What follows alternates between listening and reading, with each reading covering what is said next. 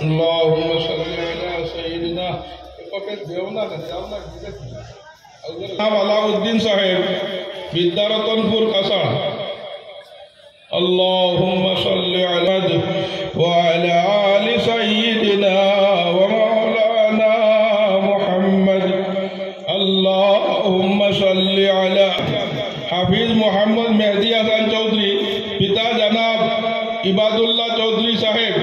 राजघाट कासार اللهم صل على سيدنا ونبينا وحبيبنا وشفيعنا وسندنا وإمامنا ومولانا محمدا عبده ورسوله أما بعد فأعوذ بالله من الشيطان الرجيم بسم الله الرحمن الرحيم شهر رمضان الذي أنزل فيه القرآن هدى للناس وبينات من الهدى والفرقان وقال الله سبحانه وتعالى في مقام آخر يا أيها الذين آمنوا كتب عليكم الصيام كما كتب على الذين من قبلكم لعلكم تتقون صدق الله العظيم وقال النبي صلى الله عليه وآله وسلم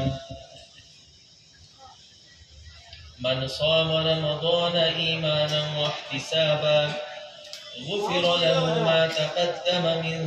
ذنبه ومن قام رمضان إيمانا واحتسابا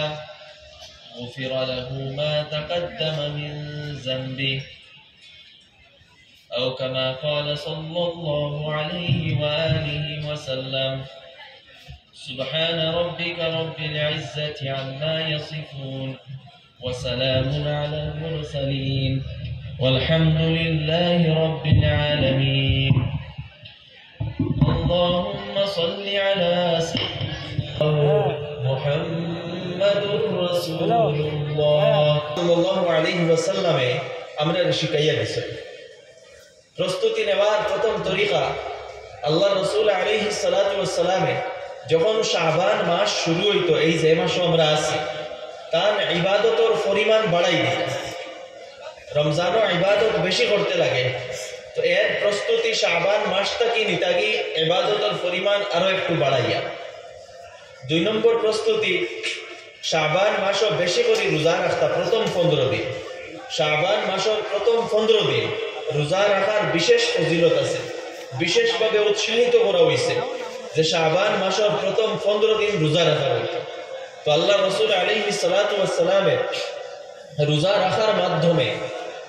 প্রথম 15 দিন বিশেষ করিয়া রোজা রাখার মাধ্যমে রমজানের প্রস্তুতি নিতা আর 3 নম্বরে এই দোয়া করতা যে আল্লাহ শাবান মাসে বরকত দেও আর রমজান পর্যন্ত আমরারে পৌঁছা একটা টান দিলর ভিতরে রইত তো যারা নিজরে রমজানের লাগি প্রস্তুত করব যারা নিজরে রমজানের রহমত রমজানের মাগফিরত রমজানের নাজাত ওটা অর্জন করার যোগ্য বানাইব এর লাগি নিজের প্রস্তুতি নিব এর লাগি মেহনত করব এরাও রমজানের রহমত পাইব মাগফিরত পাইব নাজাত পাইব আর যারা গাফিল অবস্থায় থাকবো যারা এই চিন্তাও থাকতো না যে সামনে রমজান আর রমজানের রহমত আমি লইতাম মাগফিরত লইতাম নাজাত লইতাম গুনাহ মাফ করাইতাম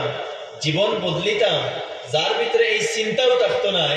সে রমজানের কোনো বরকত কোনো ফজিলত হাসিল করতে পারতো না